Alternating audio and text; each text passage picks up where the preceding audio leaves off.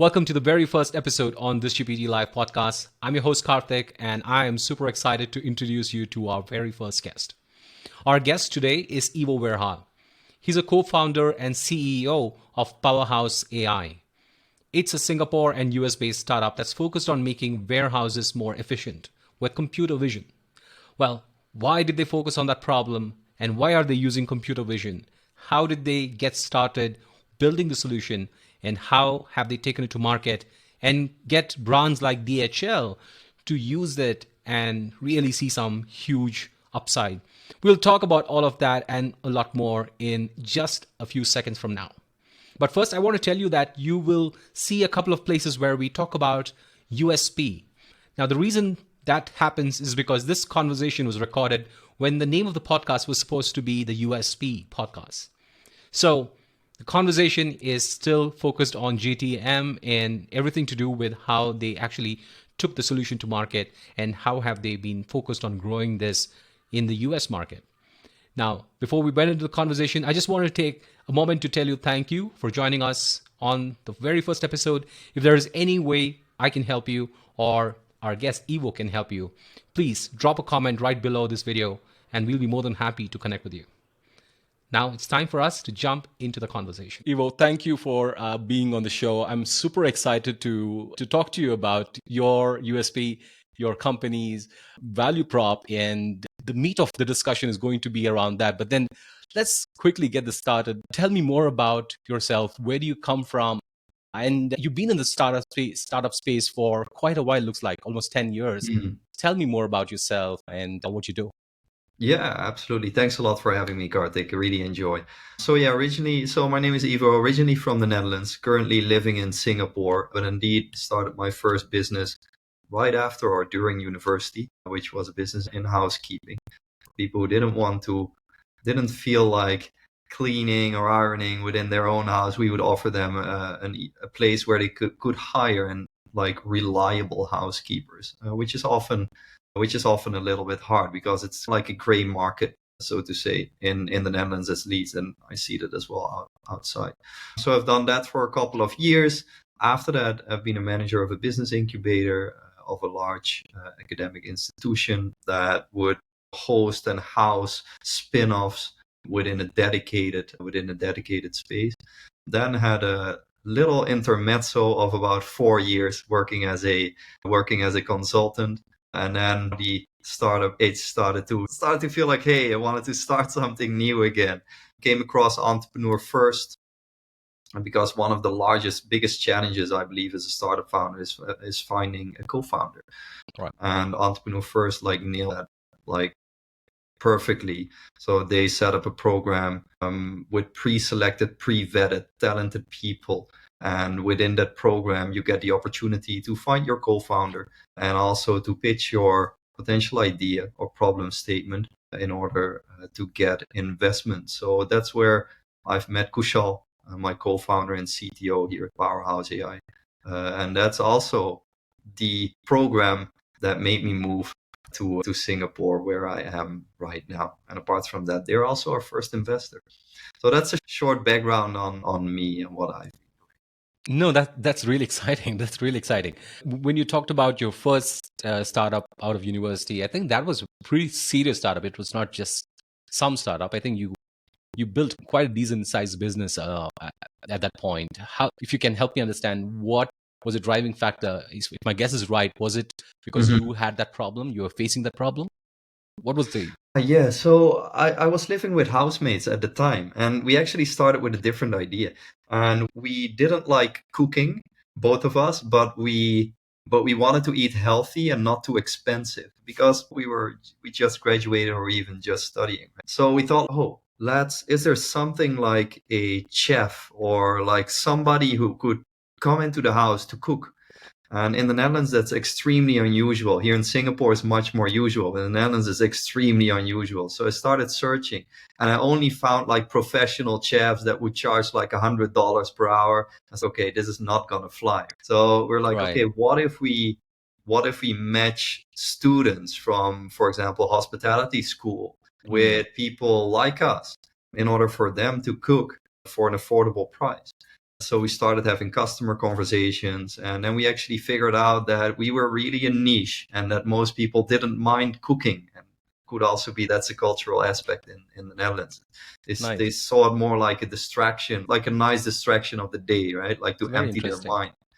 But then we got the feedback, hey, it's very hard for us to find reliable housekeepers. Hmm. Like either you have to know somebody or otherwise you might go to a marketplace, but you never know, are they good, are they not good? And that's how we started with that business. Wow. That's something I started to grok at that, in fact, when I looked at it. But then how come you went into a completely different space, not even in land, and you're talking about Yeah, warehousing, which goes across seas and air routes and all of that? yeah. Supply chain is an ocean, right? So there is so much Hmm. that you can possibly do with supply chain, even if you decided to do something in supply chain. Tell me Yeah. more about your startup. What do you do at Powerhouse AI? And we'll go from there. Yeah, exactly. We aim to make warehousing as easy as taking pictures. So in short, what we do is we make warehousing processes more efficient with computer vision. In short, how you could see is I try to explain it in the easiest possible way because I assume not all users or all listeners are within the logistics or warehousing space. But what you can see is we in its core we have developed a software that runs on a mobile device that digitizes warehouse processes. So think of, for example, receiving of goods Right. or shipping of goods or doing your inventory count or inventory stock take. So we first of all digitize that.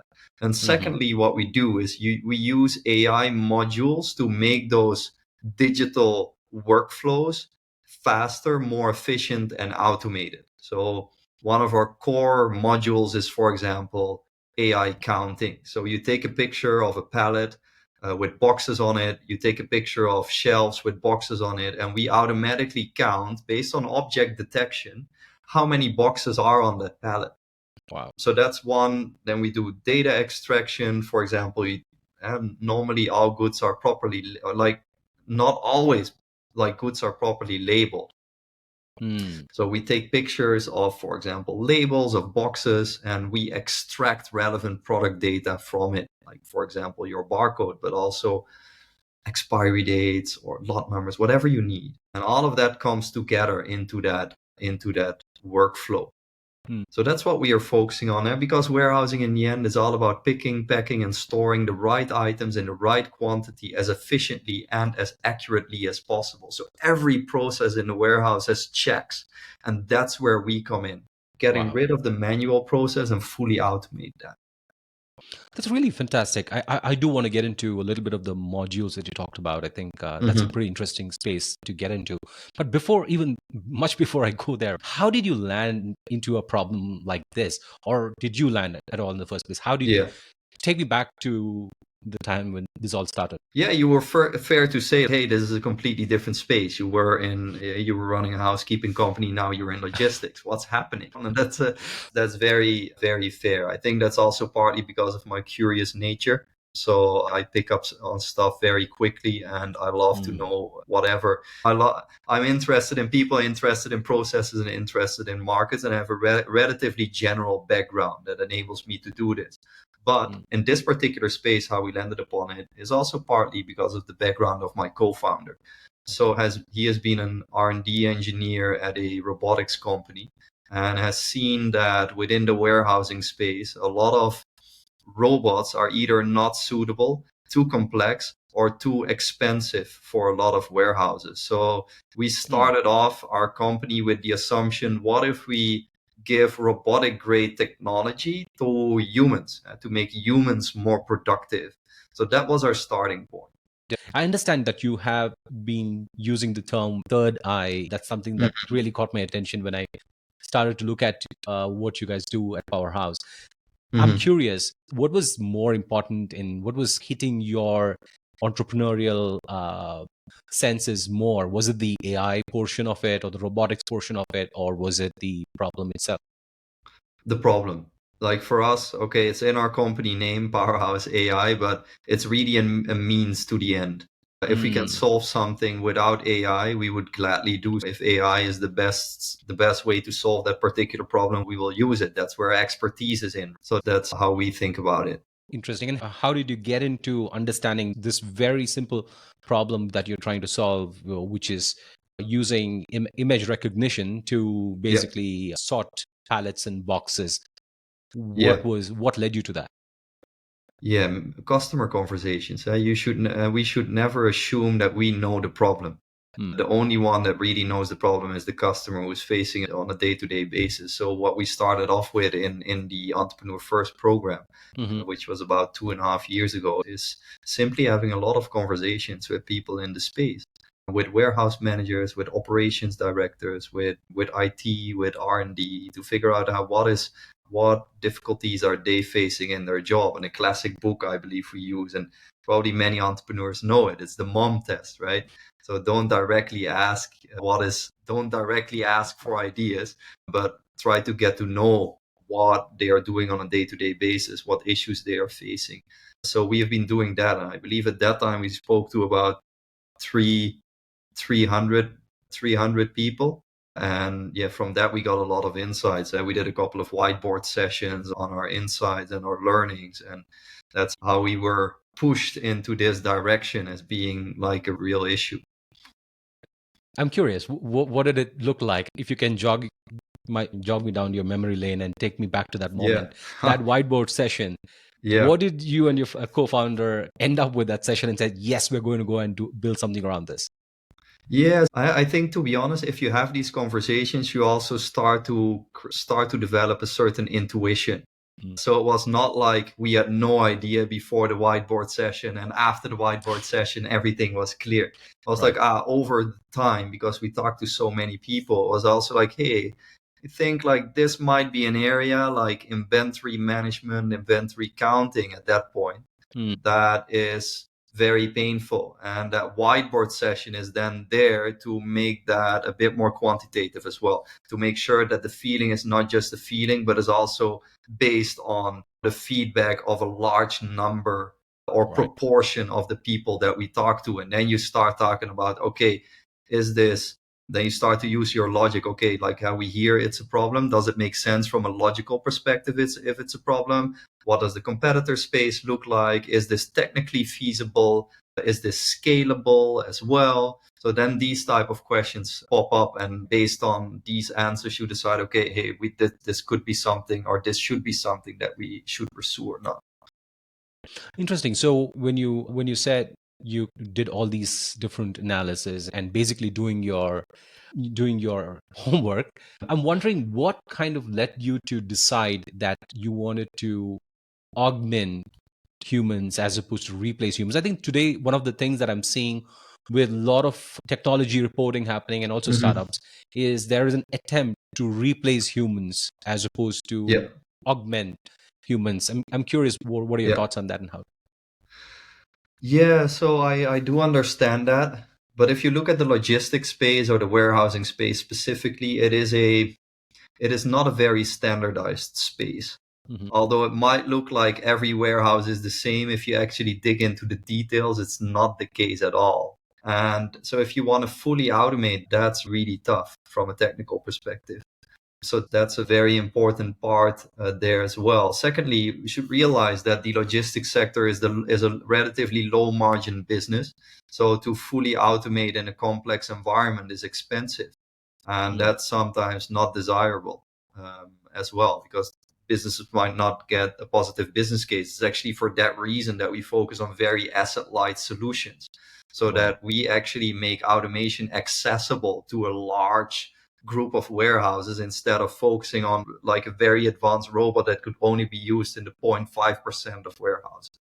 Right. So I'm curious what your value proposition was back then. What did you promise to these warehouses when you got started?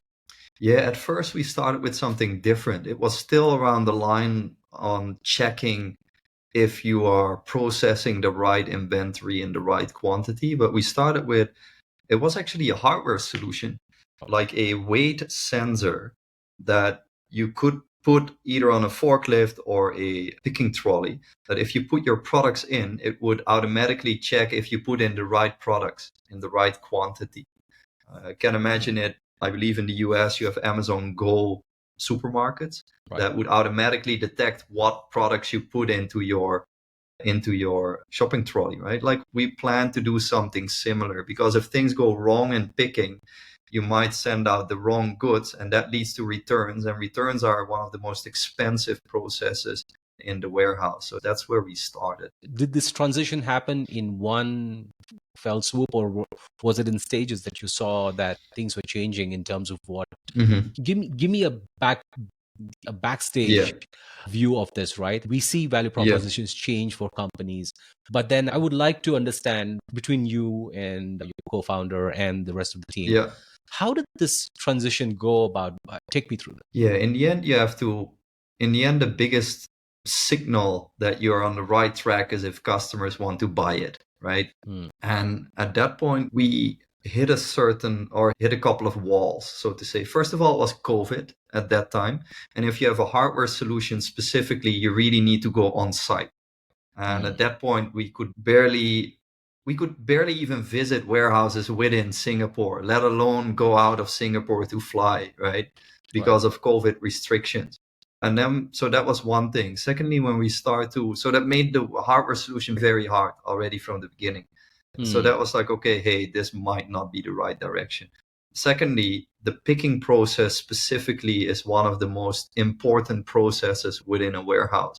And we would be quite disruptive and say, okay, you don't need your scanners anymore. Like your whole process will be in that sense changed. And warehousing, that's also quite a conservative sector. So if you are very intrusive, that could lead to additional resistance as well. So that was secondly. Interesting. Thirdly, we also started to make calculations like what would really be the ROI on a product like this. And we figured that the numbers would also not be at the level that we wanted it to be, or actually our potential prospects would want it to be. So these are three factors that led us, we have to change here. Really interesting, right? What kind of objections did you start to come across, apart from the fact that COVID hit? Yeah, so these three clients started to doubt like the ROI of the solution as well. What made them Um, say so? Is there an instance or a moment that you can mhm. recall and give an example as to what a conversation like this looked like? Yeah, so we had conversations. Okay, like clients ask us, okay, would the solution look like in my own environment, and how much time would I save? And so we started to make calculations. Okay, hey, you can now scan. You initially just scan a product, and then you put it into your shopping trolley. Now you don't need to scan it; you just put it in. But if you look at the amount of time in a picking process that's being spent on scanning versus walking, for Mm. example, that scanning is a relatively low proportion. So that was already like, oh, problematic from an ROI perspective. Then what we also figured out, customers started talking, okay, we have all kind of different sizes of products. So will you be able to provide different customizations of that hardware as well? And then we started to get into a rabbit hole. That's why hardware is called hardware, because it's hard. It's like, and that in combination with us not being able to visit, it was like, yeah, we just cannot work on this. No, that's pretty interesting. I was looking at, as you were speaking, I was actually opening your LinkedIn profile because I saw this that you made this Yeah, post a few weeks back where you mentioned that yeah, the difference between the top 20% and the bottom 20% warehouses mm, is by you're citing this metric called dock to stock. yeah. Can you Hmm. tell more about that metric and how that matters? Okay, yeah. Dock to stock is a very important metric. So the dock within a warehouse is where the truck arrives with Hmm. goods, right? And the stock is your storage area, so the racking. But in between there is a process which is called receiving or inbound. Hmm. And within that process, a couple of things happen. So first of all, you unload your truck, and then you check if you have the right products in the right quantity. And then if that's the case and everything is checked off, it can go into stock. It's very important for a couple of reasons, because when your product is in the stock, the picking process can start. So the faster Right. your goods are in stock, Hmm. the faster you can earn money as a warehouse. Because if it's just in the staging area, you cannot, like, that's not how warehousing works. Right. It needs to be in there before you can actually sell it, before you can actually earn money.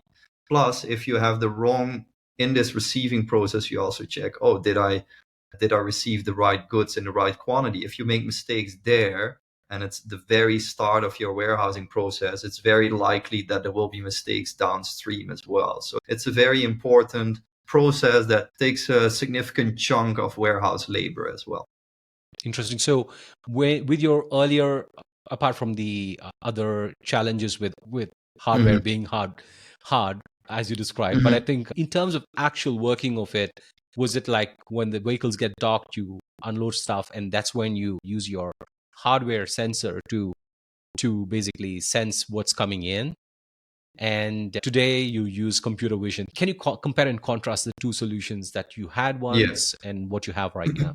So one of the things, hardware is hard. So our current USP, or one of our USPs, is we use devices that everyone knows how to use and that everyone has already. So that could be a mobile phone or a mobile device, right? Like a Right. mobile hardware device. So that's one. That's very important. Mm. And yeah, if we look at the previous product, was really only focused on the picking process. Now we're more multifunctional. This device can be used in the receiving process, the shipping process, but also some processes in between. Yeah, Right. which makes the ROI much higher, which makes it more multifunctional. And Mm. it's of course, yeah, asset light because it just runs on a mobile device. So like the hard stuff is going on the software side. If someone is listening or watching this, I'll probably put this on the video, but then I'm seeing Yeah. that there are pictures that you have on your LinkedIn profile where you have Yep. someone, a warehouse, what do you call them, worker, kind Yep. of scanning a pallet filled with boxes. So I'm Hmm. assuming that's all he needs to do right now, as opposed to putting a sensor and counting each box go in. Yeah, exactly. You simply take a picture of a pallet, one or two sides. And what we do is first of all, we extract the product data. So that could be by reading a label, but if you do not have a label, we read text on a box. So that means Mm. that we know, okay, this pallet contains product X. And then we use the visual information as well to count how many boxes are on that pallet. So that data we then compare with your invoice to check like, hey, did I Got it. actually receive what I ordered? And if not, you should take action because then you lose money. Because when the Right. goods come into the warehouse, will be responsible. So if there Mm. is a discrepancy and you didn't check it, the cost is on the warehouse. So it's an extremely important process. Interesting. I want to go back to a point that you made right in the opening. You start to, in Mhm. fact, you started to describe modules. You talked about the sensing and then the Yeah. workflows, and I'm sure there's more. How you? What are the other modules before I just go ahead with my question? So I understand that you have a Yeah. sensing module where you sense things, and then there is this bunch of workflows which does, like you said, verify the invoices, compare and contrast the invoices. I'm sure Yeah. there is a bunch of intelligence running in between. There's another module maybe Mhm. called intelligence. It does this. Can you give us Yeah. the picture? Yeah, so we have the workflow model. That's the digitization, so you don't need to use paper anymore, which Right. might sound a little bit weird for people outside the sector, but about 60% of warehouses still uses paper. So that's already a Wow. big value add. Secondly is the AI counting. That's what we touched upon as well. Take a picture to count the number of boxes. Then we Mm. have a product data extraction or label processing module. And that's a very intelligent module that could, based on a picture of a box or a picture of a label, extract all kind of relevant data points, even if it's not barcoded. So why is that important? Let's say you have a pharmaceutical good. Very important that if you're handling medicine, that you're handling the right product, right? Because it Right. literally impacts lives. And in a pharmaceutical good, a lot of different data points are being checked, from expiry date to SKU number to lot number, batch, sometimes even serial number. And it's Right. not always the case that all these data points are properly barcoded, which means that Mm-hmm. somebody has to go by hand, check it, which is error prone. With us, you can just take a picture of that good, or even of 10 goods in one go, like 10 boxes in one go, and we read all those data points, and we extract it and we compare it to whatever you need to compare it. That's interesting. Just a few minutes back, you talked about one of your USPs in this case, how you can basically make this happen now with just taking pictures, Yep. which is like you use something of the lines of it's now in your mobile phone, literally, right? Yep. Yep. What are the other USPs, and how have you seen yourself personally use these USPs in Hmm. different places? Can you talk about that? Hmm. Yeah, so the first USB is being asset light. It's important because margins are low within warehouses, so the cheaper or the more affordable you can make the solution, the better. Secondly is multifunctional. So if you look at, for example, drone solutions or robots, they are tailored to oftentimes to one specific process. Now, our solution you can use in multiple different processes. Another USP is easy to use and very flexible to implement. So you can literally use it standalone and not directly connect to any other systems, which hugely decreases onboarding time. We could, in an ideal case, we could be up and running in about 1 or 2 weeks after you give us the go ahead that we can start. So these are very big advantages compared to a lot of other software packages, so to say, and let alone hardware solutions. Have you ever seen yourself use one of these more as compared to the others? Yeah. Okay, so this depends on a client by client basis. So the first chat is always about getting to know why we pique their interest, right? That's oftentimes the first question I ask. What piqued your interest to contact us? Or if I contacted them, what piqued your interest to take the meeting? Then I already know what is top of mind for them with respect to the challenges that they're trying to solve. And oftentimes it can be in two buckets. Oh, we have some kind of an efficiency issue or want to improve efficiency. And others say, oh, we want to increase our accuracy. So based on that, I tailor the conversation. Also, what we see, some warehouses are very realistic and say, hey, we love you because it doesn't use robots. But for example, the DHL says, okay, hey, we really want to start with the solution as is. And we want to work with you and maybe with potential robotic partners to make sure that it could run with an API on a future robot, right? So Wonderful. And for them, we then have like different type of conversations. But yeah, we really tailor it on a client by client basis. I can go on and on talking just about value prop and the USP. You've been around for 2 years now, right? How big is your team today? We are 7 people full time and a couple of interns that on a like in a cadence, so to say. And how many people really do the client calls? How many, is it only the founders or are there more people doing it? Me and our head of BD. So we have 2 people on the business side. I know you obviously have been doing this for a long time, so it comes probably, even if I wake you up in the middle of the night, you're probably going to be able to convince or understand what exactly this person is looking for and use the right USP and lead that conversation to a point where you can take it to the next stage. But I'm curious, what are your thoughts? I know you have one BD, but then I'm sure you're gonna soon have more people handling inbound sales and things like that. What are your thoughts on how you're going to transition this whole operation from one person or two person right now to multiple? Yeah, exactly. I think we first really need to figure out what is our scalable distribution channel. We currently, in all openness, we currently haven't fully figured that out. So we are running 4-week sprints with different type of outreach methods to find what sticks most, especially because so our head of BD is based in New York. We decided a couple of months ago that we will shift our attention to the US market. And every market is also a little bit different. So we have to figure out what works in what market. So what we're currently doing is we're running 4-week sprints in which we run different experiments. So for this sprint, for example, our core experiment is direct mail. So not email, but physical mail.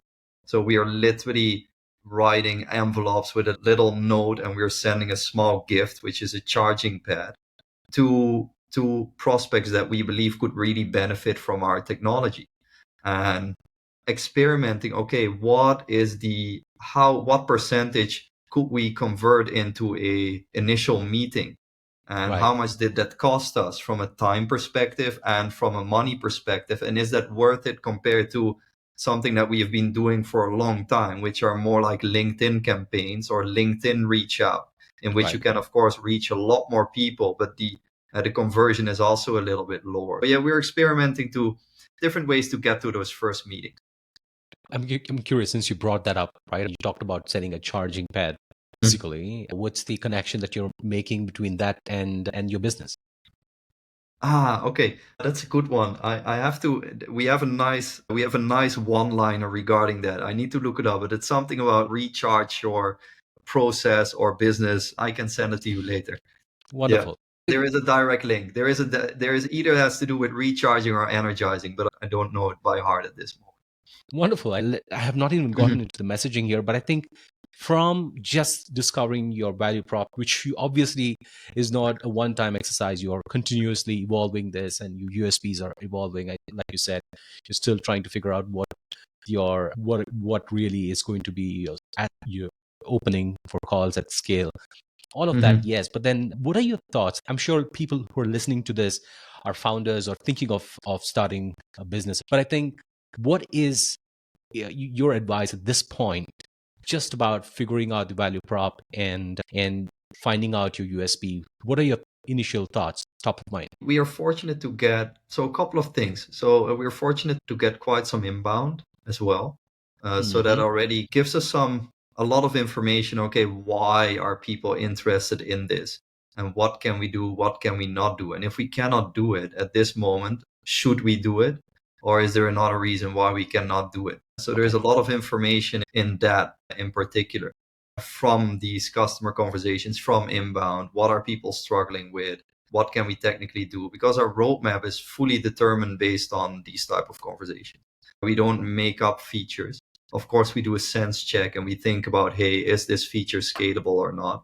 But it's fully determined on what our customers are asking for. So that's one. Secondly, also our current customers give feedback on Hmm. usage, and we talk with them like, why did you choose Powerhouse AI? So we get a lot from our customer conversations. Maybe very basic answer, maybe everyone will tell you, but yeah, it's a cliche. When it's a cliche, it's true. We get most of that from qualitative conversations because we do not have the scale like a B2C company to make it quantitative. We don't have million customer interactions or million prospects on the wait list. So it's really about going in depth with these clients and talk about the product and what moves them. Right. Okay. Got it. I'm just curious more about the messaging bit now, which is you obviously put out your messaging on your website and Mhm. your phone conversations that you have in social media Mhm. everywhere.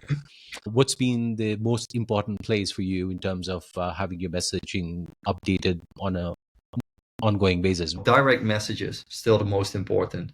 That the website is important because it's our business card, and Right. people who you will send a message will look at the website. So that needs to be clear and informative.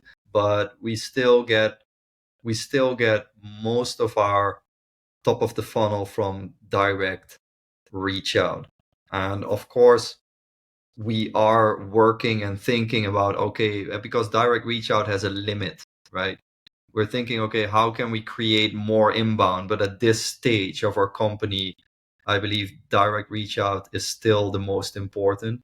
Inbound is another focus for later on. That's indeed more with respect to the website, more with respect to partnerships, more with respect to reselling agreements along those lines, so that we can really scale our sales. But at this stage, I think it's most important to just directly reach out.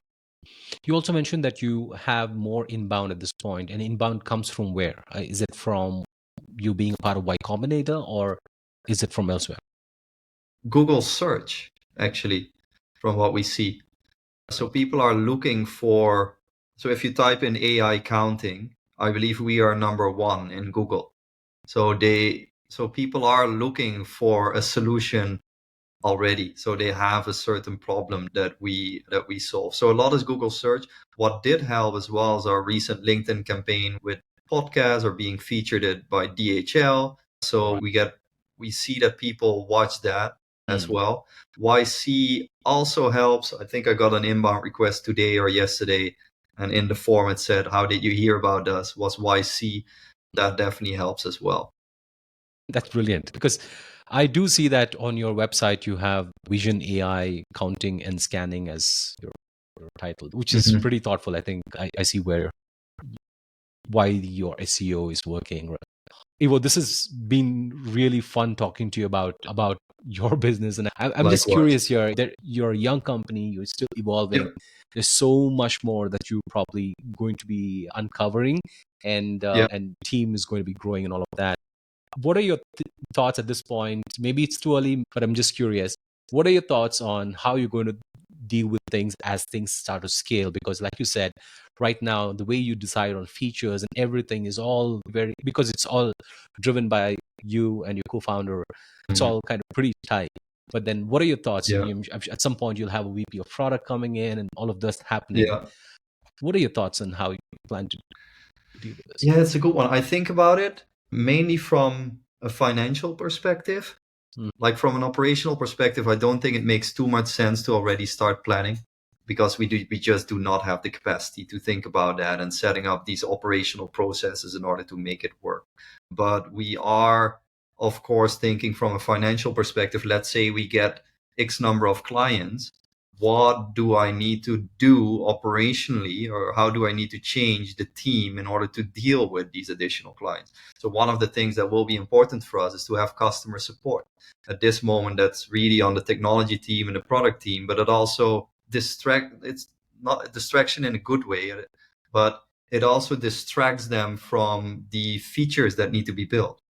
So that's a very important thing. Or we have been, like recently, we have been scaling how we do onboarding. So we have standardized documentation, standardized contracting. We're now working on more standardized manuals. So every client has a little bit of a different solution. How can we make sure that we don't need to create a new manual from scratch? Right. Like these are like small things to make our lives easier. But if we're looking at, okay, what about a future VP of sales? What about a future VP of product? I'm not really thinking at the moment on how to operationally organize that. The only thing we're thinking of, okay, let's say we reach a certain number of clients. How much will that increase our cost? And will that impact our runway? And that will impact me having to fundraise earlier or later. Wonderful. What keeps you awake at night? What keeps me awake? At this moment, our biggest priority is running those 4-week sprints Hmm. and really figuring out that scalable way of outreach. That's really our most important focus at the moment. Hope that by the end of the year we have a very much more clear answer regarding that. Just curious, how many people are part of the sprint? You, your co-founder, and your BD, or is the entire team involved? No, me and the BD. My co-founder is focused on the technical side. Of course, we keep him informed. We have regular catch-ups on it, but like focus should be more on product and technology, and sales and business is really on our side. And that's something that we have to really figure out. And I sense from before our recording, you mentioned that your co-founder lives in Australia. How do you really Yep. manage your communication overlap? And generally, I think being around with people is a whole different energy game altogether. How do you really Yep. manage things in a distributed way? Is your teams located locally? How does it work? No, our team is also distributed. So BD, Wow. so I'm in Singapore, BD is in New York. We have our tech team in India, Kushal is in Australia, so my co-founder. It comes with its challenges, but on the other hand, so as a startup, you have to juggle between two things, like having people physically together, and on the other hand, having access to great talent, right? And great people are everywhere. And I think great people is more important than having people all together into one place. So we have chosen for a distributed model. It of course comes with challenges. I'm taking many evening calls, especially because of the focus on the US. And it might happen as well that I move to the US next year, Right. in order to make that a little bit more easy to deal with. So it comes with its challenges, but it enables us to get the best people.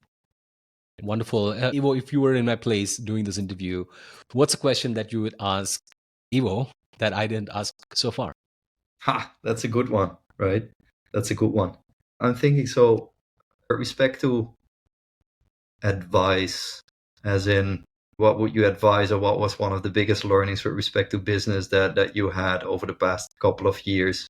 If I And may. if I answer that, I saw sales as an experiment a bit late.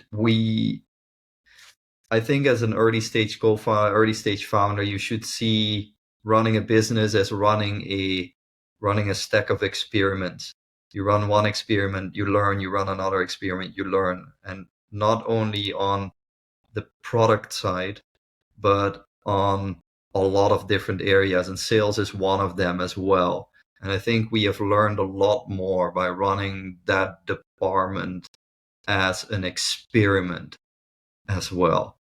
So that's something that I wish I would have done a little earlier, start measuring.